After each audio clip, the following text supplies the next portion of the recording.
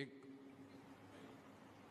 عالم دین Najaf کا کہتا ہے کہ میں نے بہت حساب کتاب بڑی ریاضت کی، کہیں سے میں نے لیا وظیفہ اور جا کر ریگستان میں بیٹھ گیا، حصار کھینچا اور عمل شروع کر دیا۔ امام سے ملاقات کرتا رہا پڑھتا رہا تو امام آ گئے۔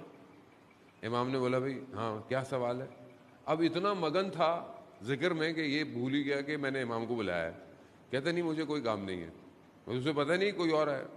میں نے کہا کوئی کام ہے تو پوچھو۔ اب وہ غافل، تو امام نے بولا عجیب لوگ ہیں، بلاتے بھی ہیں پوچھتے بھی کچھ نہیں ہے۔ اب جب اس کو یہ محسوس ہوا کہ امام تھے تو اب یہ امام کے پیچھے دوڑا۔ اب یہ جتنا دوڑتا تھا امام اتنا اس سے دور ہو جا رہے ہیں۔ ایک جگہ پہ دیکھا امام ایک دروازے میں داخل ہو گئے، یہ پیچھے آ گیا۔ اب اس نے دروازہ کھٹکھٹایا تو کوئی شخص باہر نکلا، کہا وہ مجھے امام سے ملنا ہے۔ کہا میں 1 منٹ پوچھ کے آتا ہوں۔ گئے تو اس نے دیکھا امام کو بلا لیا، یہ دیکھا تو امام بیٹھے ہوئے ہیں، قرآن کھلا ہوا ہے۔ اب جیسے اس نے امام کو دیکھا نا تو جو اس کے ذہن میں تھا سب بھول گیا۔ یہ امام ہے، امام کو دیکھ کے آدمی کو کہاں کچھ یاد رہتا ہے۔ امام کو دیکھا، صرف سلام کیا، التماس دعا، باہر جیسے ہی باہر نکلا سارے سوال یاد آ گئے۔ سوال پوچھنے تھے اس نے۔ اب جب سوال یاد آئے اس نے دوبارہ دروازہ کھٹکھٹایا تو پھر وہی شخص باہر آیا، کہا مجھے امام سے ملنا ہے۔ کہا امام تو نہیں ہے۔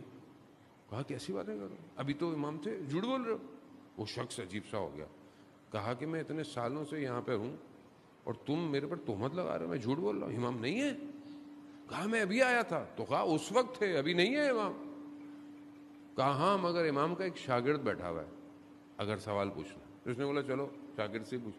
جیسے اندر گیا تو دیکھا اسی حالت میں جو شخص بیٹھا ہوا تھا اس کو یہ پہچان گیا، وہ سید ابو الحسن اصفہانی جو اس زمانے کے مراجع تھے، کہ جنہوں نے سخت سردیوں کی راتوں میں امام سے توسل کیا تھا جب ان کے والد انہیں حوضے سے واپس لینے آ گئے تھے۔ تو اس وقت انہوں نے کہا تھا کہ پروردگار میں بھوکا رہ لوں گا مگر مجھے امام کی نوکری کرنی ہے۔ پھر امام نے بھی اتنا دیا کہ اپنے زمانے کا مراجع بنا دیا نجف۔ جب انہوں نے دیکھا مگر ان کو یقین نہیں آیا کہ یہ بہرحال وہ ہوں گے، انہوں نے چلو جو بھی ہے، سوال پوچھے، جواب لیے، گھر چل دیے۔ جیسے ہی نجف پہنچے تو ان کے ذہن میں خیال آیا، اب ہوتا ہے نا اندر کے، پتہ یہ ابو الحسن اصفہانی اس مقام پہ، میں نے امام کے شاگرد، امام کی جگہ پہ، ذہن میں خیال آیا تو کہا میں گھر جاتا ہوں، ان کے دیکھتا ہوں، پوچھتا ہوں۔ جیسے ہی گھر کا دروازہ کھٹکھٹایا تو انہوں نے اندر سے آواز دی فلانا شخص آیا ہوگا، دروازہ کھولو، یعنی خادم۔ جیسے ہی دیکھا تو اسی حالت میں سید بیٹھے ہوئے جیسے وہاں بیٹھے ہوئے تھے۔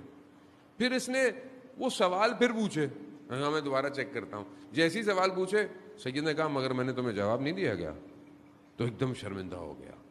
خوب یہ انسان جو اس قابل ہو جاتا ہے، امام کی نوکری کرتا ہے، امام کی جگہ پہ چلا جاتا ہے، زمانہ، مکان، ٹائم اس کے لیے ختم ہو جاتا ہے۔ کیا ہے یہ؟ کہانیاں نہیں ہیں، داستانیں نہیں ہیں، حقیقت ہے یہ کیسے ممکن ہے؟ وہ یہ روایات ہیں۔ پانچویں امام باقر علیہ الصلوۃ والسلام، اللہ صلی علی محمد۔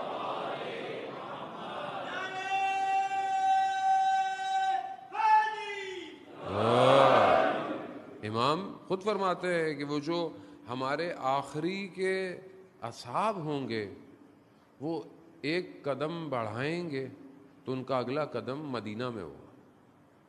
اب یہ ظاہر ہے یہ کوالٹیز تب ہوں گی نا کہ جب ہماری روح مضبوط ہوگی، بدن مضبوط۔ اچھی بات ہے بدن کا خیال رکھیں، صحت کا خیال رکھیں، جوان کو ایکسرسائز کرنی چاہیے، ورزش کرنی چاہیے، اپنے آپ کو مطلب مضر صحت سے جو چیزیں اسے دور کرنا چاہیے، لیکن بدن سے زیادہ روح کو طاقت چاہیے۔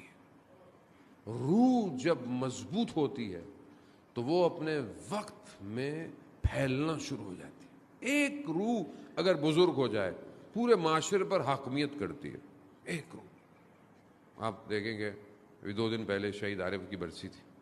شہید عارف حسینی آج تک دلوں پہ راج کر رہے ہیں۔ اس کی وجہ کیا ہے؟ روح بزرگ تھی، اور یہ روح تب بزرگ ہوتی ہے جب اس کی خلوت میں سجدے شروع ہوتے ہیں، جس کے سجدے دنیا کو دکھانے کے لیے نہیں ہوتے، جس کے سجدے صرف اپنے رب کی ملاقات کے لیے۔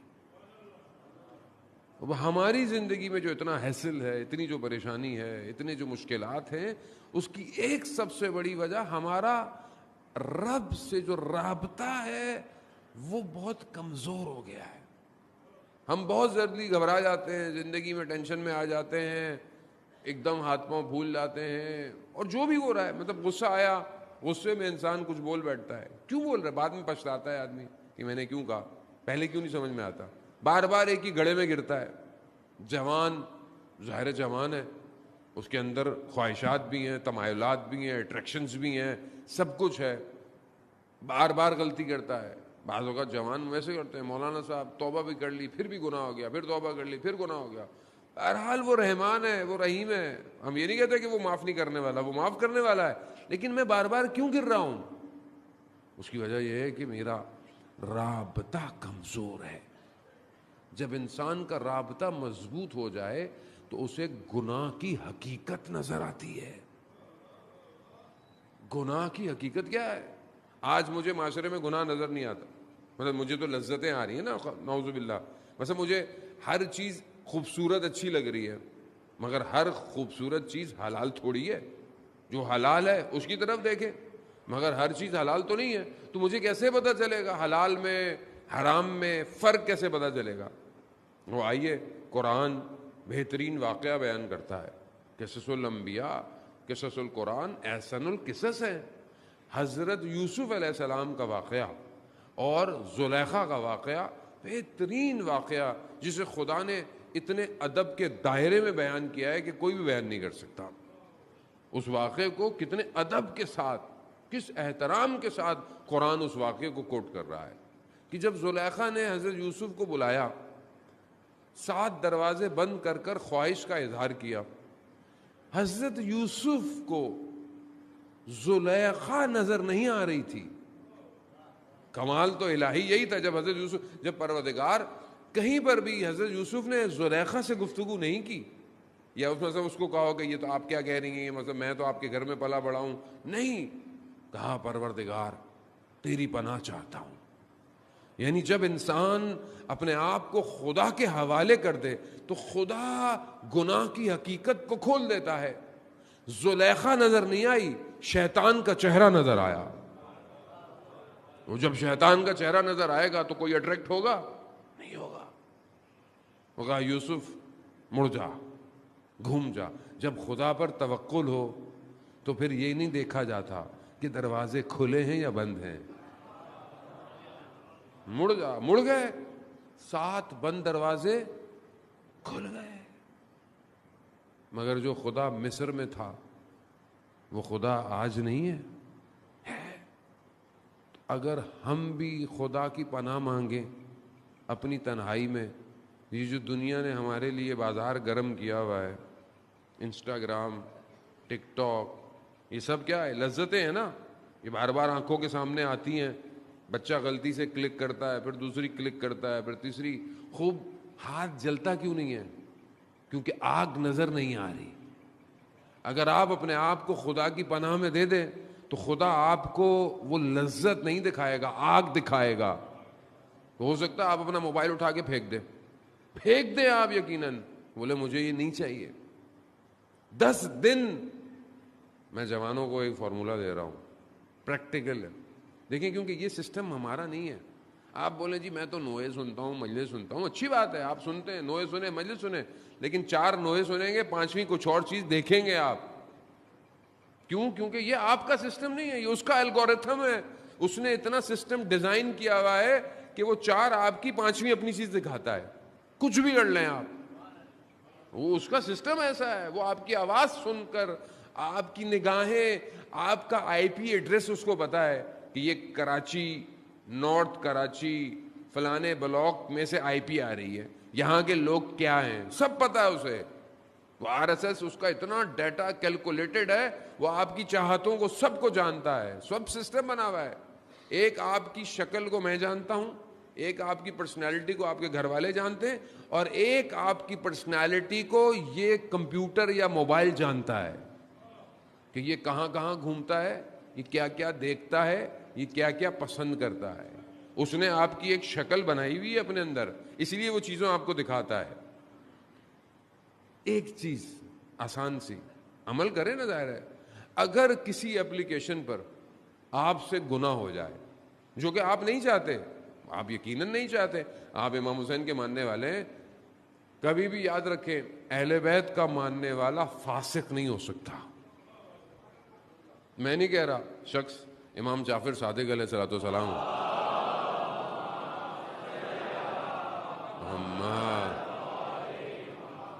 شخص امام کے پاس آیا، مولا آپ کے چاہنے والا ہے، غلط کام کرتا ہے، یہ کرتا ہے، وہ کرتا ہے، کیا کریں، ان سے رابطہ رکھیں؟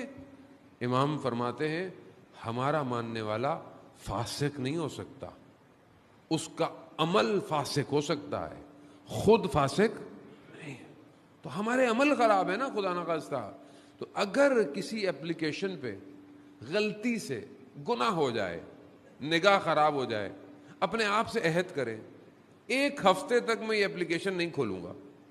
کھولے کریں، اپنے آپ کو مضبوط۔ آگ ہے، آگ، یہ آگ آپ کے نفس کو کھا رہی ہے۔ حضرت یوسف کی گواہی دے دی تھی بچے نے کہ حضرت یوسف جو ہیں وہ مطلب ان کا غلطی نہیں ہے، صاحب ہے، قرآن کہہ رہا ہے، بچے نے گواہی دی کہ کرتا اگر پیچھے سے پٹا ہے تو پھر زلیخا گناہگار ہے، کرتا آگے سے پٹا ہے تو پھر کرتا پیچھے سے پٹا تھا، تو گواہی تو دے دی تھی، چھوٹے سے بچے نے دی۔ پھر بھی حضرت یوسف نے کہا پروردگار ایسی دنیا سے بہتر تو مجھے زندان میں ڈال دے، زندان میں، تاکہ میں تیری عبادت تو کروں۔ آج دنیا موقع نہیں دے رہی، نہ عبادت کا، نہ ذکر کا۔ الدنیا سجن مومن، دنیا مومن کا زندان ہے، اور مومن اس دنیا سے پرواز چاہتا ہے۔ آپ یقین کریں، جو ہم لوگ کہتے ہیں بہرحال اللہ سب کو اچھی زندگی دے، صحت دے، لیکن سلامتی والی زندگی دے۔ خود امام سجاد علیہ الصلوۃ والسلام ارشاد فرماتے ہیں، اللہم صلی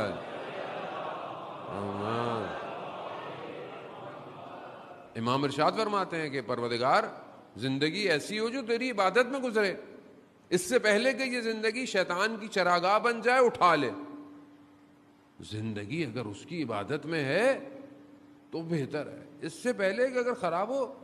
عزیزان محترم، دنیا سے جانے میں گھبرانا نہیں چاہیے آدمی کو، کیونکہ ہماری اٹیچمنٹ اتنی ہے نا دنیا سے، اب ہمیں ڈر لگتا ہے میں مر جاؤں گا تو کیا ہوگا۔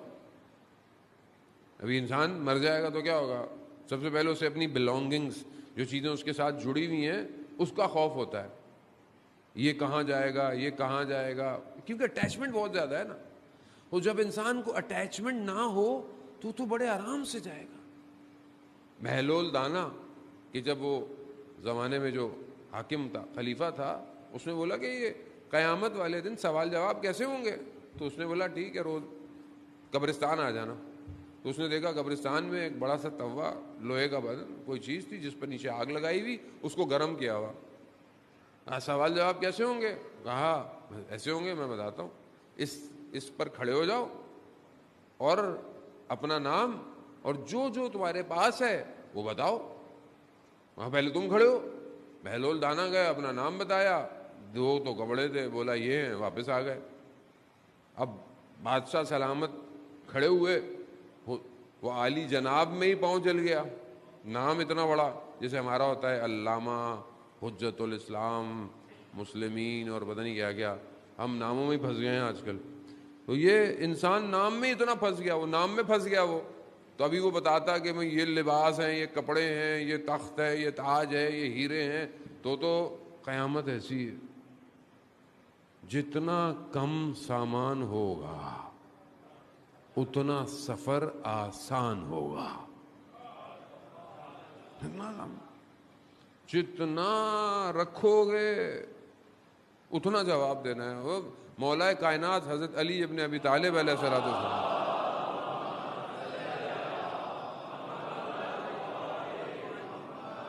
امام کیا فرماتے ہیں کہ تعجب ہوتا ہے اس دنیا میں جس کے حلال میں ثواب سوال اور جس کے حرام میں عذاب. مطلب حلال کمائیں گے تو سوال جواب دینا ہے آپ کو, بھائی کیا کمایا, کہاں رکھا, اور حرام کمایا تو عذاب ہی عذاب ہے. تو کیا آدمی زندگی میں اتنی ٹینشن لے کے گھوم رہا ہے؟ اس کا مطلب یہ نہیں کل سے گھر جائیں بولے میں نے تو کچھ بھی نہیں کرنا. مولانا صاحب نے بولا ایسا کچھ نہیں ہے, آپ کو زندگی گزارنی, کیونکہ یہ زندگی وسیلہ ہے آخرت تک جانے کا, لیکن دل نہیں لگانا, دل نہیں لگائیں. اب جوان تو ماشاءاللہ بیٹھے ہوئے اتنی جلدی دل لگاتے ہیں کہ بس اب کیا کہیں ان جوانوں کو, اتنی جلدی دل لگتا ہے اتنی جلدی دل ٹوٹتا بھی ہے, کیونکہ اصل میں یہ پتہ نہیں ہے نا کہ دل لگانا کہاں ہے. وہ ایک شخص اسی طرح جوان تھا, عاشق تھا کسی کا, رات برف گر رہی تھی, کھڑکی کھول کر صرف اس لیے کھڑکی پہ بیٹھا رہا کہ محبوب شاید کسی لمحے اپنی کھڑکی پہ آئے گا. رات گزر گئی, برف میں یخ ہو گیا. کچھ دیر بعد صبح صادق ہوئی تو مسجد سے آواز آئی, تو اس نے دیکھا کہ کچھ عاشق معشوق کی طرف گھروں سے نکل رہے ہیں. تو اس نے کہا کاش میں اس عشق میں رات بیٹھا ہوتا, اولیاء خدا ہو جاتا. عزیزان محترم, میں زیادہ بہرحال آپ کا وقت نہیں لوں گا. عزیزان محترم, بس ایک وہ حضرت موسیٰ علیہ السلام, آپ کو پتہ ہے اللہ کے کتنے پیارے نبی ہیں, کلیم اللہ ہیں. قرآن بھی کہتا ہے حضرت موسیٰ نے خدا سے کیا کہا, ارے نہیں میں آپ کو دیکھنا چاہتا ہوں. خدا نے کیا کہا, لن ترانی, تم مجھے نہیں دیکھ سکتے. پھر بھی حضرت موسیٰ نے کہا بھائی دیکھنا ہے, اور اپنے لوگوں کو بھی لے کے گئے. خدا نے کیا کیا, تجلی کوہ طور پر دی, سب بے ہوش ہو گئے. بے ہوش نہیں, وہ مر گئے. وہ جو ساتھ تھے نا وہ مر گئے. حضرت موسیٰ بے ہوش ہو گئے. جب ہوش میں آئے دیکھے تو مرے پڑے. تو کہا پروردگار اگر یہ مر گئے تو میں واپس جا کے جواب کیا دوں گا, کہ بولیں گے مار دیا, پر ان کو زندہ تو کرے. اب یہ جو ایک بہرحال میں اس کی تفسیر میں یا کسی اور میں نہیں جاتا, بس میں ایک مفہوم آپ کی خدمت میں عرض کرنا ہے. یہ جو کہا کہ میں دیکھنا چاہتا ہوں, تو ایک شاعر وہ کہتا ہے کہ جب کلام کر سکتے تھے تو دیکھنے کی ضرورت تھی ہی نہیں. جب آپ اس سے کلام کر سکتے تھے تو دیکھنے کی ضرورت, اصل کلیم اللہ جب کلام ہو رہا ہے تو یہ بات ہی نہیں کرنی چاہیے تھی کہ مجھے دیکھنا ہے.